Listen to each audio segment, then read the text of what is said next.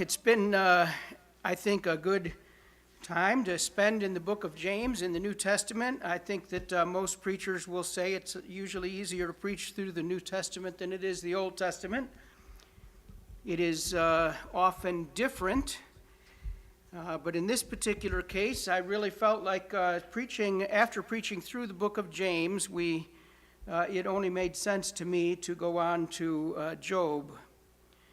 And I want to just read a couple of verses out of James. As you'll remember, the last few sermons in James, one of them was in verses 10 and 11 of chapter 5. And James says, "As an example of suffering and patience, brothers, take the prophets who spoke in the name of the Lord. Behold, we consider those blessed who remained steadfast. You have heard of the steadfastness of Job, and you have seen the purpose of the Lord, how the Lord is compassionate and merciful." And so it is true, of course, if we consider that James is primarily set in the context of suffering and trials and our response to those things, that there's the first name that would generally come to our minds if we consider difficulties, suffering, trials. One of the first names that comes to our mind, of course, is Job. And Job is kind of a long book, 42 chapters. We are not going to go through the entire book verse by verse because there's many chapters kind of in between that can be summed up in just a few words, really. But it's worth reading through, but we are not going to read every word.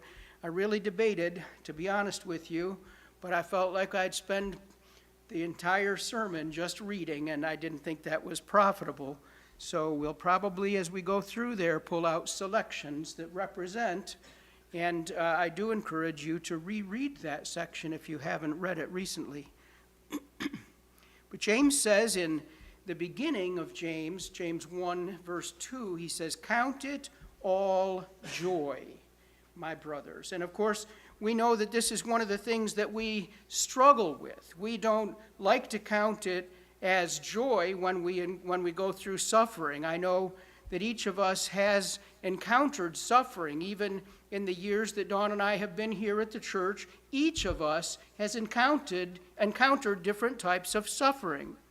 He says, "Count it all joy, my brothers, when you meet trials of various kinds." Because we know that there are different kinds of trials that we run into.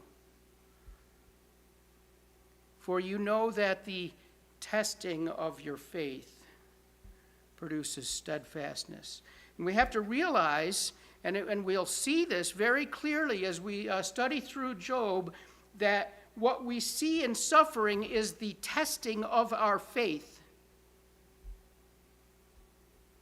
You say you believe in me. You say you fear me, God says. Do you really? And so we encounter suffering as a putting our faith to the test. And of course, that's really what is happening in these most of the first two chapters. Job's faithfulness is on trial. Faithfulness on trial. And of course, James goes on in that verses 2 to 4, and he says, "And let steadfastness have its full effect, so that you may be perfect and complete, lacking in nothing." James again, I know we got through James, right? So we're not here to preach on James, but we need to understand this from James' perspective, and he even looks back at Job, and he makes that comment about, you see the purpose of the Lord. You have seen the purpose of the Lord. And so that is what really we're going to see throughout the book of Job, is the purpose of the Lord.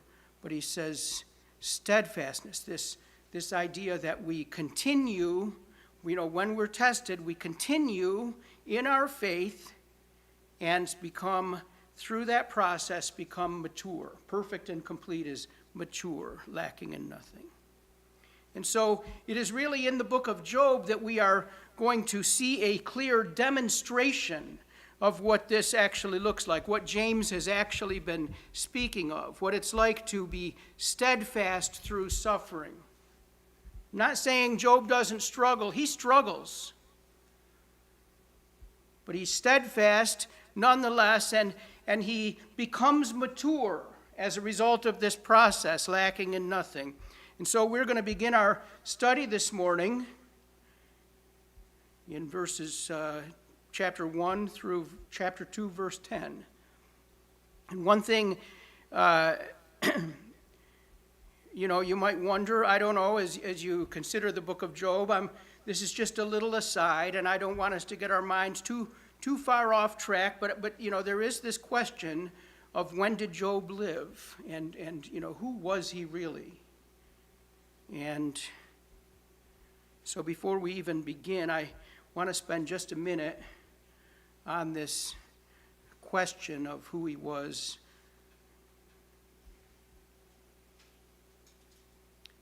We really don't know, do we, who Job was and where he lived. I mean, we know where, it says the land of Uz, but that's all we know. So, other than that, we really don't have anything to anchor him in history. There's a few concepts that maybe, we see in chapter 1 there, that he sacrifices animals for just in case his children sin. We see that he fears the Lord, but we just don't have any idea what was his ancestry.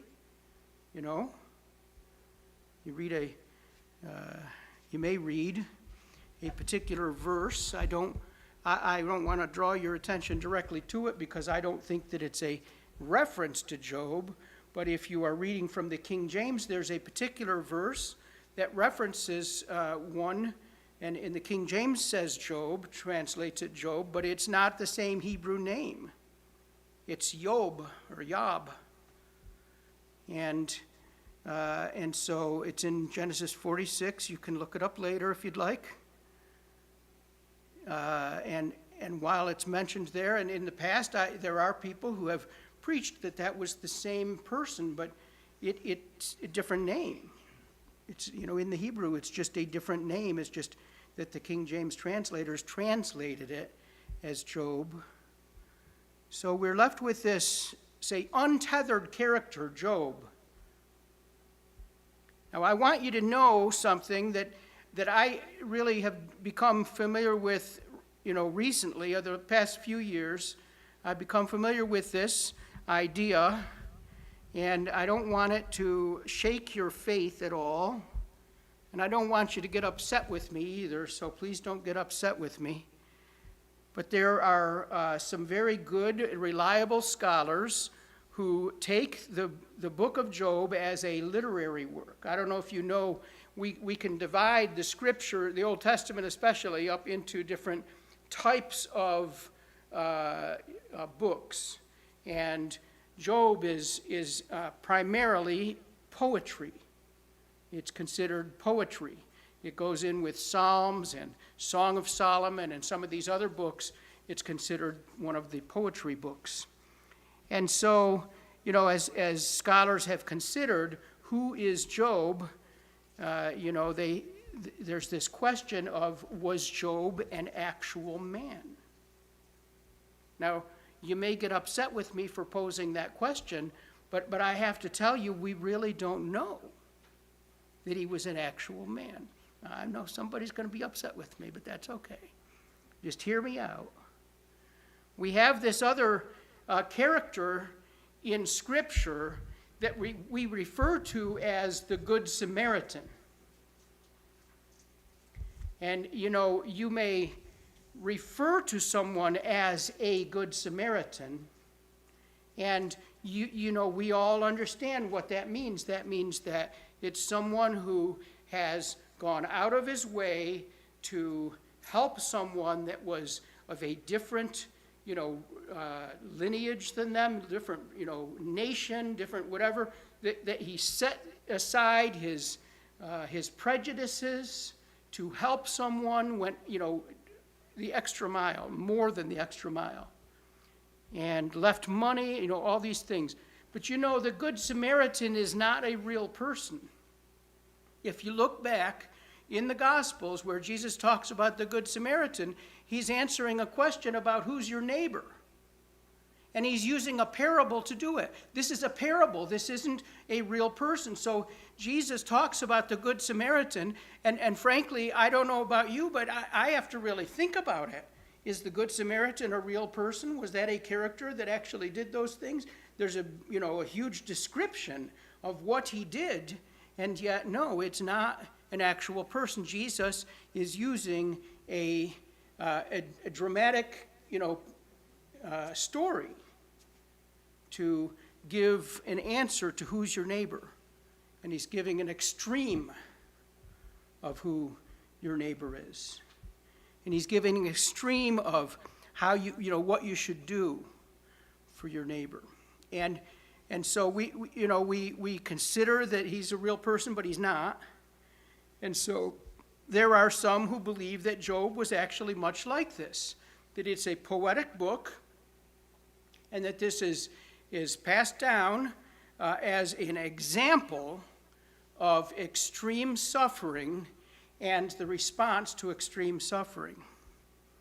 Now, I just want you to be aware of this, because there are going to be people that you run into. And frankly, I'm not trying to tell you that I don't believe Job was a real person, or that I believe he was.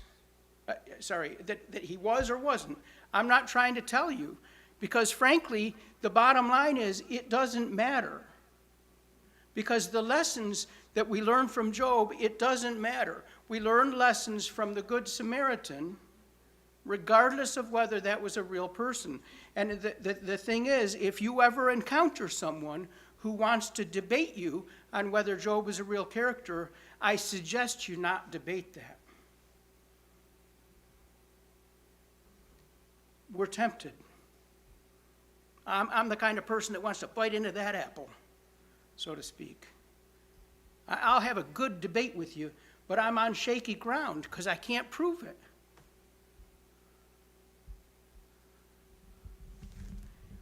But the thing is, that's not the point. The point is, why do we suffer? We suffer. That's a fact. The point is, why do we suffer? And how do we respond? Those are the points. So I just ask you to be aware that you may encounter someone who has this debate with you, but I just urge you not to bite that apple. Just leave that part alone and sidestep and say, that's not the point of Job. It's just not the point. God is communicating something to us. And what he's communicating is real. Suffering is very real. We encounter suffering in life. It's very real. And the questions we are left with when we suffer, when we go through things that we can't explain, those things are very real. I don't know, you could just consider, and I don't want to give too much away, but, you just consider when you go through suffering, one of the questions you might end up asking yourself, or someone else might ask of you, what did you do wrong to deserve that? Did you ever have that feeling from someone, that judgmentalism that comes as a result of suffering? And the truth is that sometimes that's a legitimate question we should ask ourselves. But we shouldn't live in a sense of guilt where I love God, I'm trying to please him and serve him and obey him, and yet these things happen, I must be doing something wrong. No, we don't want to live there. That's not where we want to live. In particular, we don't want to allow others to put us there. So we see that happen in the book of Job. Now, suffering is real, and the results of suffering, the difficulty of dealing with these questions are real, and even it comes down to this question of why. It's an inevitable question. We might say we don't ask why, but we do. We ask, why, God, did you allow this? Why, God, don't you allow us this to work out? Or whatever it is. Why didn't you heal so-and-so? Why did this, we ask this question, why? And that's just a fact, we do. But ultimately, as we come through the book of Job, what we're going to see is that the point is Job needed to have an understanding of who God was. And that is what God seeks for us, is to have an understanding of who he is and to trust him in spite of what's happening, in spite of the trials or difficulties that befall us. This is what James calls that steadfastness leading to maturity. Well, let's begin this morning, if you would. I hope that I haven't alienated anybody too much here by that possibility that Job wasn't a real man. But the story is very important for us either way. And when you read that first sentence, there was a man in the land of Uz, okay? The Good Samaritan also had a nationality. He was a Samaritan, and there was a location where he was traveling when he encountered the man that was, I believe he was Jewish, and there was this deep hatred. And so, yes, there was a man in the land of Uz whose name was Job. And that man was blameless and upright, one who feared God and turned away from evil. There were born to him 7 sons and 3 daughters. He possessed 7,000 sheep, 3,000 camels, 500 yoke of oxen, 500 female donkeys, and very many servants to take care of all of those animals. So that this man was the greatest of all the people of the East. And when it says of the East there, it doesn't mean the Far East as we might think. It's probably thinking east of Jerusalem, east of, southeast of where that we generally think of Canaan or Israel. His sons used to go and hold a feast in the house of each one on his day, so they would rotate. They would send and invite their 3 sisters to eat and drink with them. Notice the sisters didn't host. Sisters were always invited, but the sons rotated between their houses. That's interesting. Not that it matters. And when the days of the feast had run their course, Job would send and consecrate them. And he would rise early in the morning and offer burnt offerings according to the number of them all. For Job said, "It may be that my children have sinned and cursed God in their hearts." Thus did Job continually. There is some context there that's interesting. It is unlikely that Job was actually an Israelite,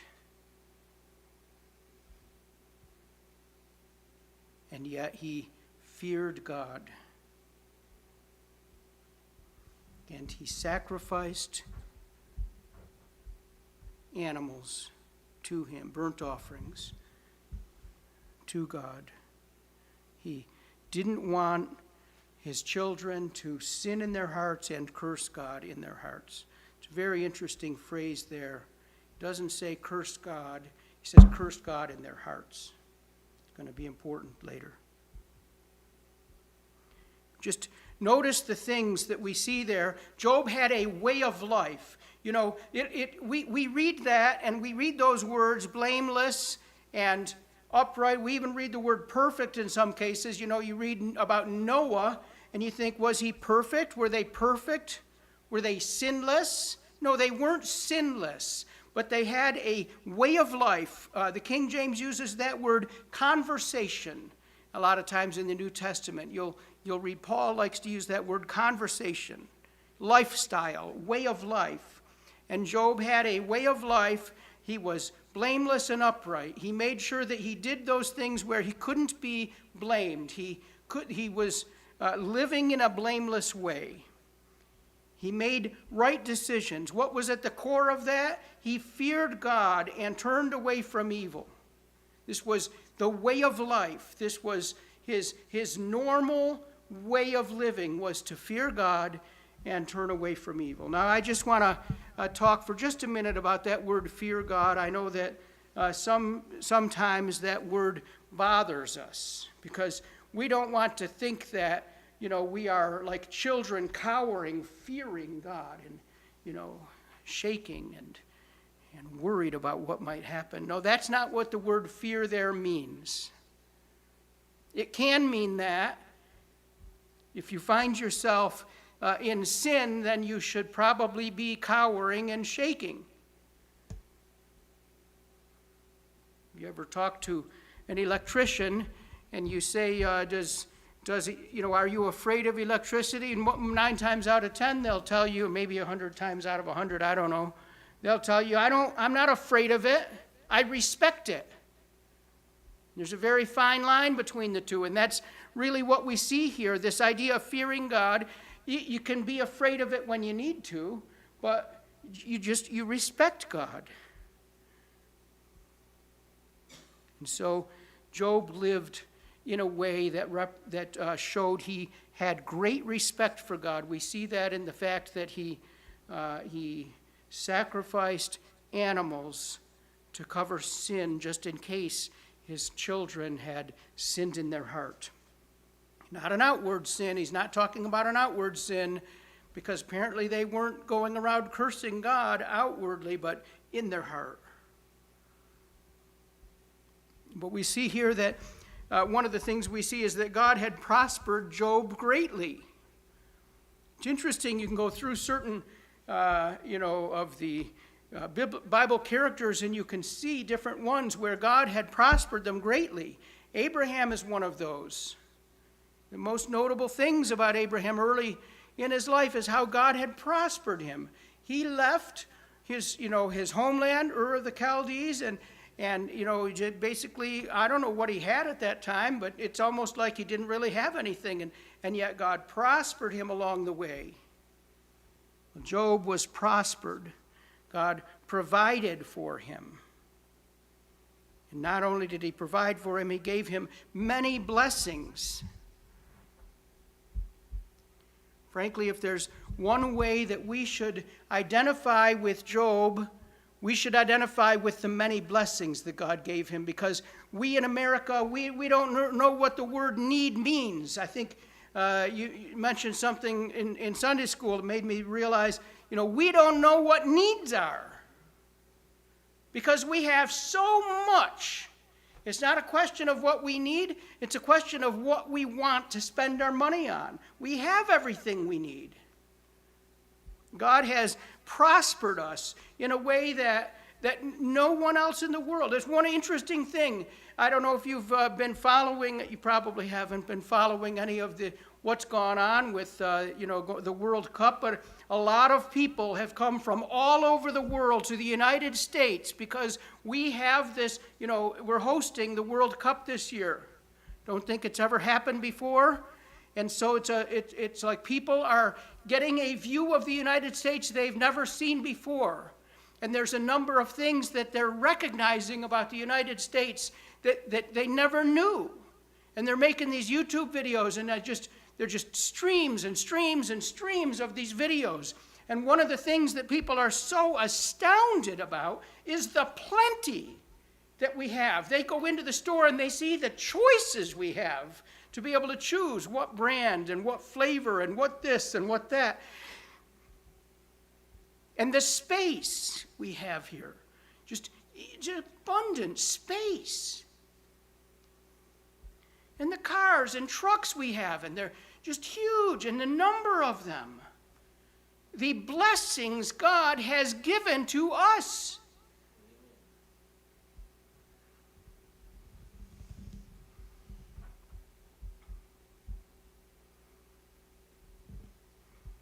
Just like Job. Job was prospered.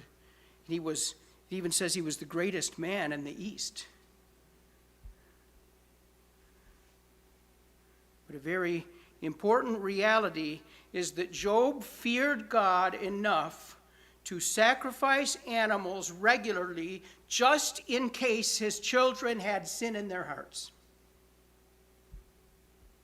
So here we're presented with this character that is virtually perfect. Not perfect, but virtually. You know, his way of life was to fear God and to walk with God. And I trust that our way of life is to fear God and to walk with him. You know, we have things that we confess to God because we sin. You know, John says if we say that we don't have sin, we make him a liar. We're lying to ourselves even. So we have sin that we confess. But I trust that for each of us, our goal, our desire is to fear God and to turn away from evil. To live in that upright way that the Bible describes of Job. That should be our way of life, our lifestyle, our conversation. In verse 6, the book continues. By the way, we don't even know who wrote the book. It's an interesting reality. It's something to think about. Now there was a day when the sons of God came to present themselves before the Lord, and Satan came also among them. And the Lord said to Satan, "From where have you come?" And Satan answered the Lord and said, "From going to and fro on the earth, and from walking up and down on it." And the Lord said to Satan, "Have you considered my servant Job, that there is none like him on the earth, a blameless and upright man who fears God and turns away from evil?" Then Satan answered the Lord and said, Does Job fear God for no reason? Why? Why does Job fear you, God? Have you not put a hedge around him and his house and all that he has on every side? You have blessed the work of his hands, and his possessions have increased in the land. But stretch out your hand and touch all that he has, and he will curse you to your face. And the Lord said to Satan, "Behold, all that he has is in your hand. Only against him do not stretch out your hand." So Satan went out from the presence of the Lord.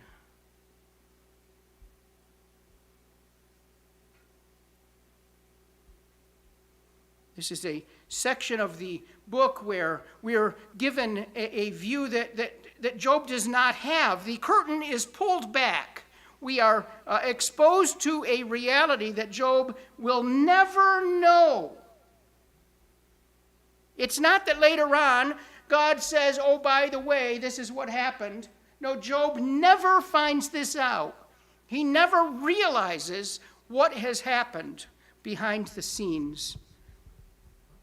The reality is, we will never know what is happening in heaven. We will never know in this life. I'll just qualify it that much. We may know when we get to heaven. God may reveal things to us that we didn't know, but we will never know in this life what is going on in heaven.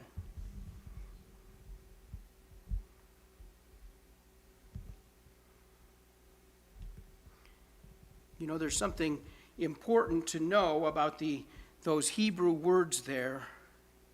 We read this word Satan, and in particular our Bible translations don't do us any favors here, because then we call him Satan and we think that is what the Hebrew says. That's not what the Hebrew says. First of all, there's a little word called an article, a definite article. It's the word the, we would use the word the. It's not, you wouldn't say the Fred or, the Dallas. You wouldn't say that, right? No, the word is the, and the word translated Satan there is actually a transliteration. It's the word Satan, And it means something. It means the accuser. And so the book of Job here should have been translated, now there was a day when the sons of God came to present themselves before the Lord, and the accuser also came among them. And the Lord said to the accuser, this is a more of a role, a title. This is what he does. I don't know if it's strictly important, but it's probably a good for us at least to understand that this was his purpose. His purpose was to accuse. And so the Lord says to the accuser, basically, if you read that there, I was tempted to fill in some words there when he says, "Where have you come from?" And thus the accuser answered the Lord and said, "From going to and fro on the earth and from walking up and down on it, seeking whom I might destroy, devour," as Paul says in the New Testament. And so the Lord presented to the accuser this one who was upright, this one who lived a life fearing God and turning away from evil. And he even says that, same words as earlier, a blameless and upright man who fears God and turns away from evil. God presents to the accuser his servant.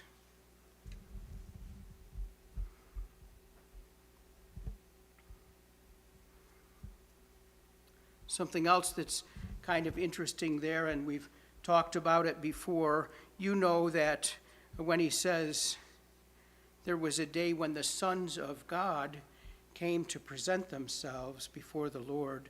And I take that to mean spiritual beings. Beings that God had made. You might call them angels. But that's probably not exactly the right word. But this was like God's spiritual family, if you will. His created beings that he called together, and they came to present themselves before the Lord. Okay? And so, I don't want to press too hard there, but, this phrase it's there, the sons of God. And we know that one of them is this one, the accuser, that we later will call Satan or the devil. And so he's here, and God says, have you considered? See, God knew the MO, the modus operandi of the accuser. God actually presented Job to him. And of course, the accuser responds as one might expect. Well, does he really fear you? How do you know he has faith? How do you know his faith is real? Maybe he's just enjoying the blessings that you've given to him. You're protecting him after all, God. Take those things away, and his faith will collapse and he will curse you to your face. You see, Job's faith had not been tested in the way that it was about to be tested. He was living blamelessly and uprightly, but part of the reason was because he hadn't yet been tested. I better get a move on. It's 10 of 12. Oh, my goodness. Is it actually that God has just abundantly provided for him? We might want to think about that. Is our faith real? Do we trust God to provide? Or is it just because he has provided, and so now we have, and it's very easy and convenient for us to say God provided this? What if God took it away? What then? Would we still say God provided?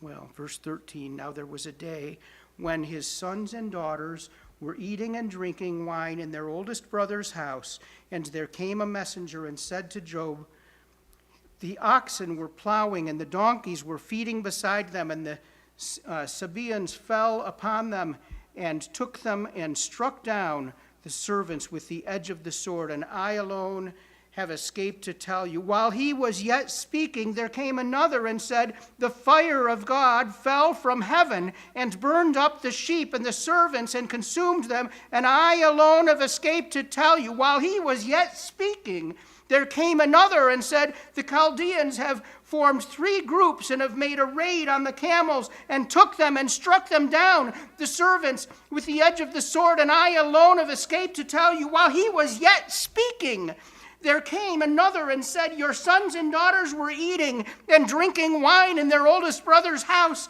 and behold, a great wind came across the wilderness and struck the 4 corners of the house, and it fell upon the young people, and they are dead. And I alone have escaped to tell you.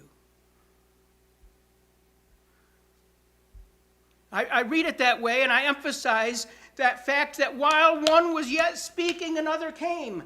To emphasize the fact that here we have four trials, afflictions, any one of which we would find devastating.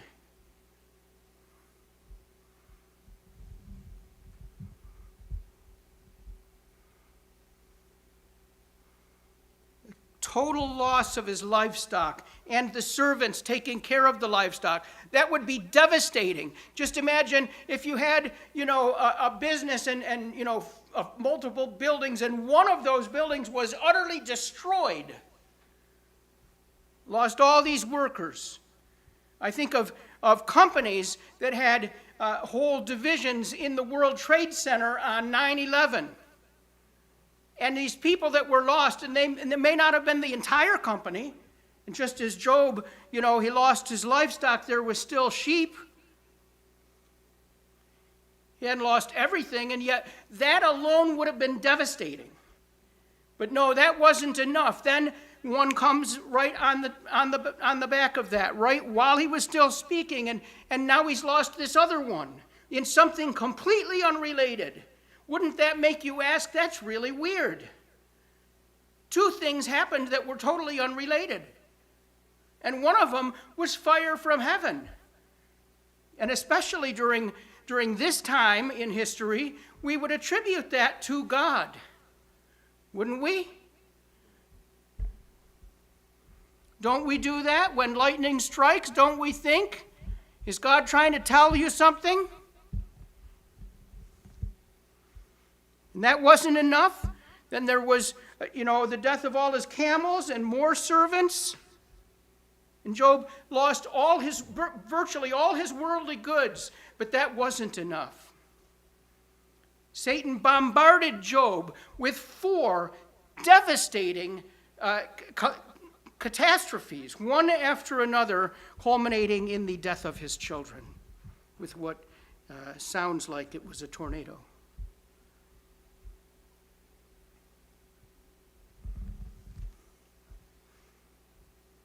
How many of these things would we have to be afflicted with, before we began to doubt God's love for us? I suggest it doesn't take a lot for us to question, for anyone to really begin to question. But certainly with the loss of virtually everything other than his own health and his wife. Then Job arose and tore his robe and shaved his head and fell on the ground and worshiped. Is that what you would do? Is that what I would do?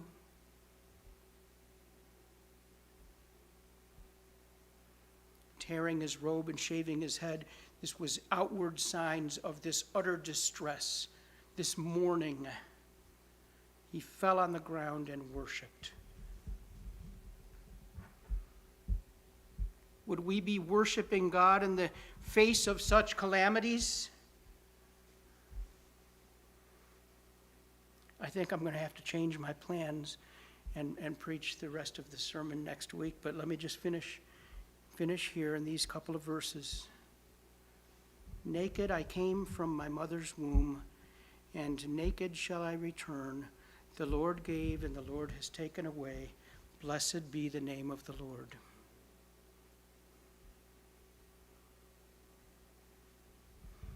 It's a hard thing to say.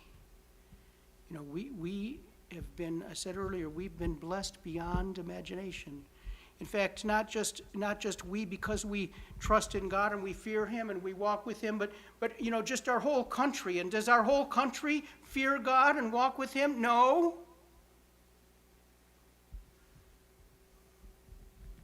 And yet there is this plenty that we have, these blessings that we have, that as a society, as a country, we totally take for granted. But even if we as believers lost all that we have, would we bow before him and worship? And we'll go ahead and close with this last verse. In all this, Job did not sin or charge God with wrong.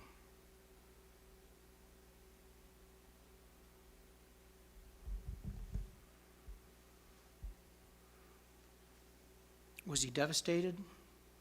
He was devastated. He was, I'll say, inconsolable. And yet, blessed be the name of the Lord. But all of that catastrophe, all of that devastation did not cause him to blame God, to accuse God of wrongdoing. You're going to have to hold that thought. It's very important. He didn't sin.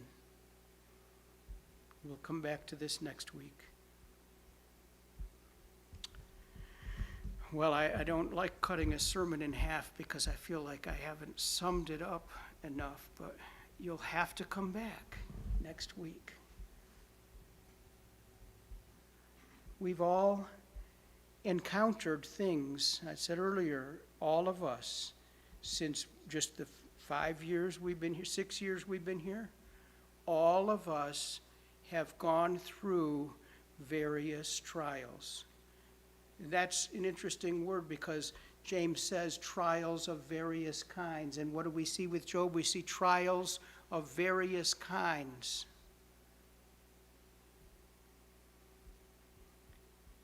See, it's important for us to understand that when we go through those times, our faith is being tested. It's not so much God wants to know whether we're faithful. It's also that he wants us to know whether we're faithful. So this test, yes, God sees whether we're faithful or not, but he frankly already knows that. We need to know whether we're faithful or not. We need to have our faith tested so that we will know at the end of the day, am I actually trusting him, or is it just because he's been good to me?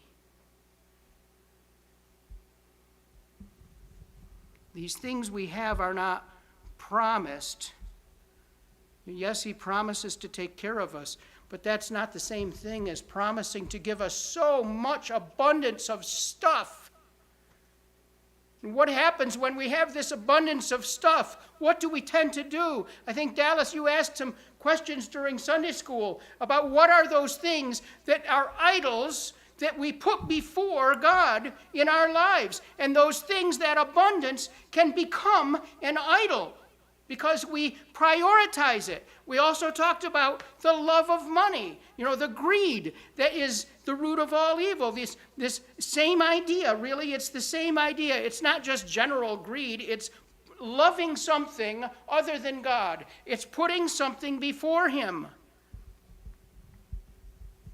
It's a fine line to walk, to be thankful for the blessings he's given, and yet hold it loosely, because it could be taken away. And if it's taken away, we want to have this response where we rend our garments and we shave our heads, so to speak. Whatever response is necessary, and yet to fall down on our faces before him and worship him. There's so much that is yet to say, but we will say it next week.